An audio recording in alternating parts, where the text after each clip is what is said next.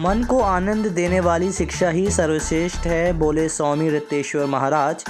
राज्यपाल मंगूभाई पटेल की अध्यक्षता में संपन्न हुआ अवधेश प्रताप सिंह विश्वविद्यालय का 11वां दीक्षांत समारोह। आपको बता दें कि अवधेश प्रताप सिंह विश्वविद्यालय रीवा का 11वां दीक्षांत समारोह उल्लासपूर्वक मनाया गया। समारोह के मुख्य अतिथि वृंदावन के आनंद पीठ के पीठाधीश्वर स्वामी रितेश्वर जी ने विद्यार्थियों को प्रेरक उद्बोधन देते हुए कहा कि मन को आनंद देने वाली शिक्षा ही सर्वश्रेष्ठ है।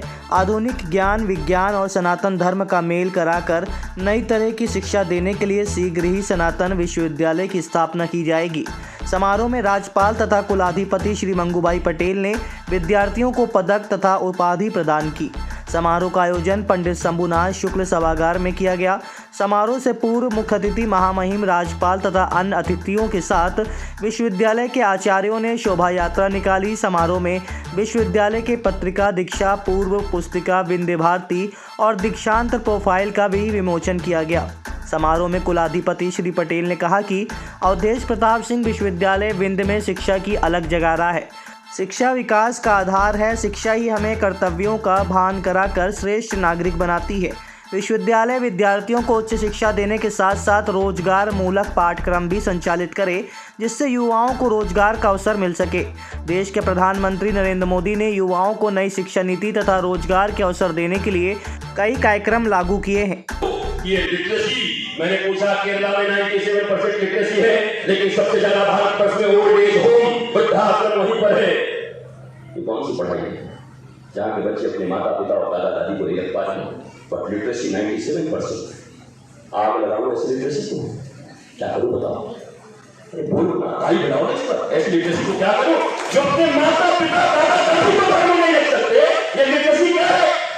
इसलिए मैं प्रधानमंत्री नरेंद्र मोदी जी का और यहाँ के मुख्यमंत्री जी का और वर्तमान जो 10 साल से शासन व्यवस्था चल रही है, शिक्षा में आमूलचूल परिवर्तन का प्रयास कर रहे हैं, उनको भी यही कहूंगा कि कैंसर हो चुका है, प्रयास परिवर्तन के लिए नहीं, प्रयास तो पूरा का पूरा। और मुझे मिली है, मुझे चर्चा भी हुई है, 1000 एकड़ में सनातन विश्वविद्यालय, जहां पर प्राचीन सनातन विद्या के अध्ययन और साथ साथ कंप्यूटर साइंस और जितने भी एआई इत्यादि आए हैं, इन दोनों को मिलाकर एक फ्यूजन विद्या पद्धति का निर्माण हम करने जा रहे हैं। आने वाले वर्ष में भी आपको सनातन विश्वविद्यालय भारत के सितारे की तरह चमकता हुआ मिलेगा, तो पूरी दुनिया में, और ऐसा ही होगा। और महामहिम, आपको भी उसमें रहना होगा। ये प्रथम जब होगा वहां पर दीक्षांत समारोह, तो आप रहेंगे भारत के सभी गणमान्य, और आप भी जहाँ रहोगे, नौकरी करो या अपना काम करो, आप ही आ जाना, आपको आज ही आमंत्रण है, सब पहुंच जाना दीक्षांत समारोह में। प्रणाम करता हूं, मेरे चेहरे पर, मेरे दिल में मुस्कुराहट है। देश के प्रति मेरे दिल में बहुत प्रेम है, मानवता और सनातन संस्कृति के प्रति प्रेम है। मैं सक्सेसफुल हूँ क्योंकि मैं तनाव में नहीं हूँ, मैं डिप्रेशन में नहीं हूँ, और मैं मुस्कुराता हुआ इस भारत का प्रतिनिधित्व कर रहा हूँ। भारत के लोग विश्व गुरु ऐसे ही बन सकते हैं, और दूसरा कोई उपाय नहीं है। इनको खाती खा करते रह जाएंगे। चोरी की चिड़िया थी, विश्व गुरु था, थी है क्या? और नहीं है तो क्यों नहीं है? इस बात पर चिंतन करना होगा। मैं प्रणाम करता हूँ। Education without culture is like a flower without fragrance. यदि संस्कार के बिना कोई शिक्षा प्राप्त नहीं कर लेता है, तो वो बड़ी कुर्सी पर सूट बूट लगा के, टाई लगा के बैठा हुआ तो जरूर दिखाई देगा, लेकिन यदि उसके अंदर संस्कार नहीं है तो फूल की तरह है, जो देखने में तो बहुत सुंदर है लेकिन उसमें सुगंध नहीं है।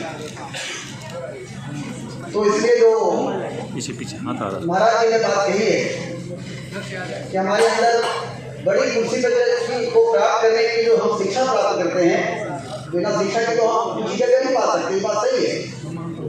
लेकिन यदि हमारे पास संस्कार है तो हम बड़ी कुर्सी का लाभ करोड़ों लोगों के जीवन को बदलने में, करोड़ों लोगों को उसका लाभ दे सकते देते हैं। और यदि बड़ी कुर्सी मिल गई और संस्कार नहीं है, पढ़ के वोट पे पढ़ गए, कलेक्टर बन गए, तो बड़ी कुर्सी पर पहुंच गए, लेकिन फिर हम वो व्यक्ति आत्म केंद्रित होता है, अपने परिवार सुरक्षित हो गया, इस बात को लेकर वो हमेशा पसंद रहता है कि मैं तो कलेक्टर हो गया, मैं तो फलानी जगह पहुंच गया, अब तो हमारा 50 साल का जो जीवन है वो अच्छा सुख में गुजरेगा, क्योंकि उसके अंदर वो संवेदना ही नहीं, क्योंकि संस्कार नहीं, एक तड़प के साथ है। न सिर्फ आप अपने भविष्य को बनाने के लिए प्रयास करने में सफल हो सके, ऐसी मैं शुभकामनाएं देता हूँ।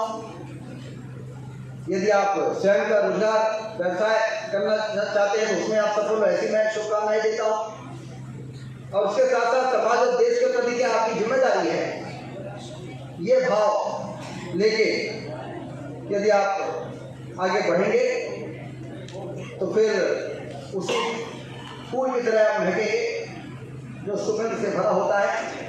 प्राइम मिनिस्टर ने युवा का यूनिवर्सिटी का कार्यक्रम किया। वो कार्यक्रम में जो सरकार की ओर से जो यूनिवर्सिटी चल रहे सभी यूनिवर्सिटी के वाइस चांसलर, कितने वीसी और प्रोफेसर में भी जुड़े हुए। विकसित भारत का 25 साल है, उसमें आज के युवा वर्ग पर भी बहुत बड़ी अपेक्षा है कि देश को कैसे आगे बढ़ाया जाए। अभी देश विश्व गुरु बनने जा रहा है, उसमें आपका भी योगदान होना चाहिए। आपके सोच में भी, विचार में भी कोई सक्रियता ऐसी भाग आपको याद करना चाहिए कि जैसे हमारा देश और आगे बढ़े और हमारा योगदान उसमें रहे। इसके लिए युवाओं को भी प्राइम मिनिस्टर ने आह्वान किया।